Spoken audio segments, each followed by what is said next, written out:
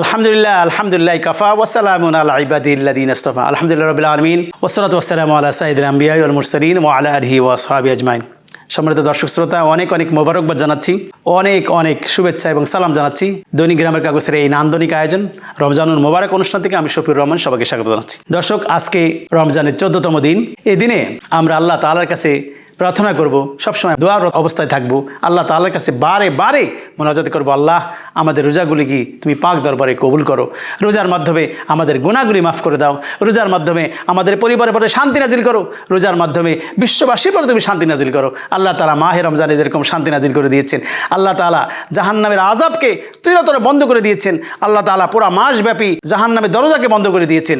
যে আল্লাহ তাআলা মাহে রমজানের মাসব্যাপী জাহান্নামের দরজা বন্ধ করে দিতে পারেন, সে আল্লাহ তো আপনার আমার জন্য কিয়ামত পর্যন্ত কবরের আযাব বন্ধ করে দিতে পারেন, জাহান্নামের দরজা বন্ধ করে দিতে পারেন, ফুতিহাত আবওয়াবুল জান্নাহ, জান্নাতের দরজাগুলো খুলে দিতে পারেন। আল্লাহ তাআলা এত এত মহিমা মাহে রমজানে, এত বরকত মাহে রমজানে, এত সওগাত মাহে রমজানে, এত ফজিলত মাহে রমজানের, এত মাগফিরাত মাহে রমজানের, এত নাজাত মাহে রমজানে আল্লাহ পাক দান করেছেন।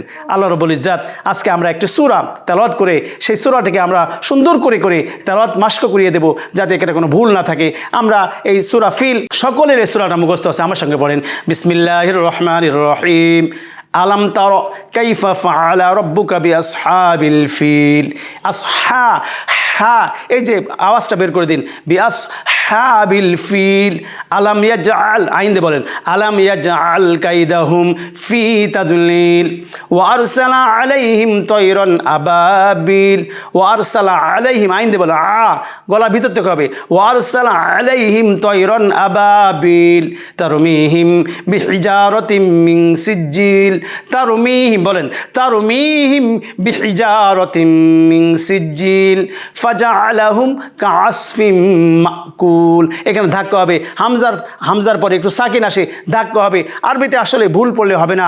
তেলাওয়াত যেরকম আমরা বাংলা ভাষার ভিতরে যেরকম তাল, লয়, সুর, মাধুর্য আছে, উৎপেক আছে, উপমা আছে, তেমনিভাবে কোরআন কারিমের ভিতরে কত সুন্দর ব্যবস্থাপনা রয়েছে। এর মাদ আছে, মাখরাজ আছে, সিফাত আছে, এর গুন্না আছে, এর মাদ আছে, এক আলিফ মাদ আছে, দুই আলিফ মাদ আছে, চার আলিফ মাদ আছে।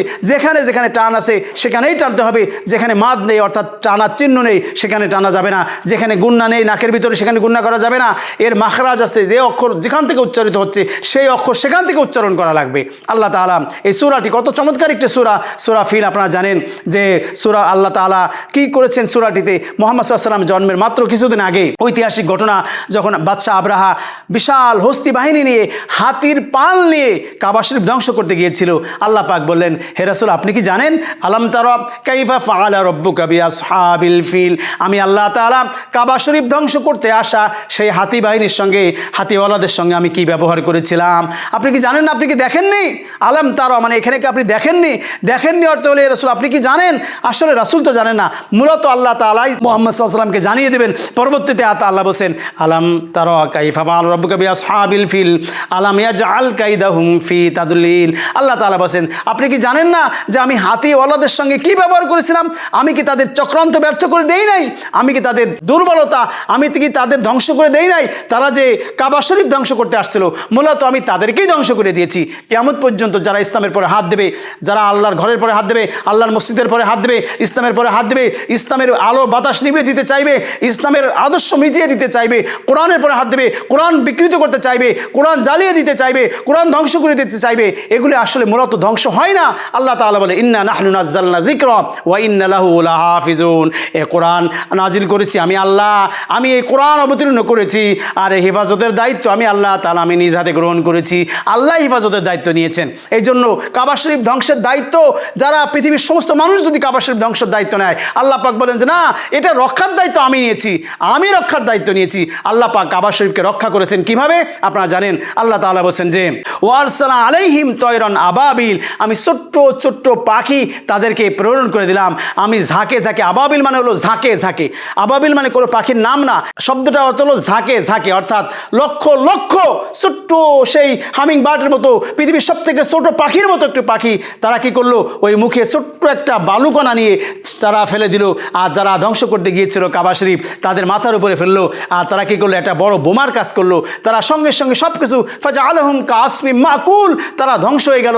এমনকি তারা এমনভাবে ধ্বংস হলো যে তারা কিয়ামত পর্যন্ত একটা মানুষেরা নিদর্শন করে দেখবে যে তারা কিভাবে ধ্বংস হয়ে গেল। কাবা শরীফকে তারা আক্রমণ করতে গিয়েছিল, ধ্বংস করতে গিয়েছিল, আল্লাহ তাআলা তাদেরকেই ধ্বংস করে দিয়ে মানুষকে বোঝাতে চাইলেন, হে পৃথিবীর মানবতা শোনো, কিয়ামত পর্যন্ত যারা ইসলামী আদর্শ, কাবা শরীফ, কোরআন শরীফ এগুলো আল্লাহর রক্ষার আয়ত্ত রয়েছে, আল্লাহর রক্ষার দায়িত্ব রয়েছে। আল্লাহ তাআলা বলে একজন কোরআনের হাফেজ, আমি এই কোরআন কীভাবে সংরক্ষণ করি, একজন ছোট্ট বাচ্চা 8 বছর 10 বছরের বাচ্চার ভিতরে তার মেমোরিতে আমি কোরআন শরীফ কীভাবে মেমোরি করে দিই যে বিশাল সাগর সমান সে সূরাগুলি কোরআন, সে আলহামদুলিল্লাহ রাব্বিল আলামিন থেকে শুরু করে মিনাল জিন্নাতি ওয়ান নাস পর্যন্ত তার ব্রেনের ভিতরে, আমি মস্তিষ্কের ভিতরে আমি এটা সেটে দিলাম, আমি সেটা রেকর্ডিং করে দিলাম, আমি ক্যাসেটিং করে দিলাম। এটা পৃথিবীর কোনো মানুষ ধরতে পারবে না। যে একজন মানুষকে যদি সিটি স্ক্যান করা হয় তাহলেও দেখতে পারবে না যে কোন জায়গায় সে কোরআন শরীফ রেখে দিয়েছে। আল্লাহ পাক বলেন দুনিয়ার কোনো মানুষ জানে না, কিন্তু আমি জানি। আমি একজন 10 বছরের বাচ্চার ভিতরে এই মহাসমুদ্র কোরআন আমি কিভাবে মেমোরাইজ করে দিয়ে দিলাম। ভাইয়েরা আমার, এই জন্য আসুন মাহে রমজানের এই সওগাত, মাহে রমজানে কোরআন নাজিল হয়েছে সূরা ফিল। আমরা জানি যে এই যে মক্কায় কুরাইশ বংশর কাবা শরীফ রক্ষার তাদের আমানত ছিল।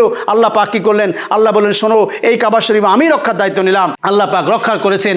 এই জন্য এই রবের সেই কাবাঘর, যে কাবাঘরের মালিক যে আল্লাহ, সেই মালিকের ইবাদত বন্দেগী করতে হবে। মাহে রমজানের আজকের এই দিনে আমাদের প্রতিজ্ঞা হওয়া দরকার যে মাহে রমজান চলে যাচ্ছে, আজকে মাহে রমজান আমাদের অর্ধেক পর্যন্ত হয়ে গেল।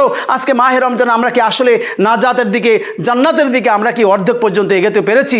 এই প্রশ্ন আমাদের দেখা দিতে হবে, আমাদের আমলে আনতে হবে, অনুধাবন করতে হবে। আমরা প্রকৃতপক্ষে অনুধাবন করে প্রকৃতপক্ষে আল্লাহর বান্দা হয়ে, প্রকৃত আল্লাহওয়ালা হয়ে, প্রকৃত ক্ষুধাবিরতার অর্জন করে আল্লাহর দেওয়া মাহে রমজানের এই যে উপহার আমরা গ্রহণ করে, আমরা তাকওয়ার নীতি অবলম্বন করে, আল্লাহকে ভয় করে আমরা জান্নাতের দিকে এগিয়ে যাব। আল্লাহ তাআলা আপনাকে আমাকে সবাইকে জান্নাতের পানে এগিয়ে যাওয়ার তৌফিক দান করুন।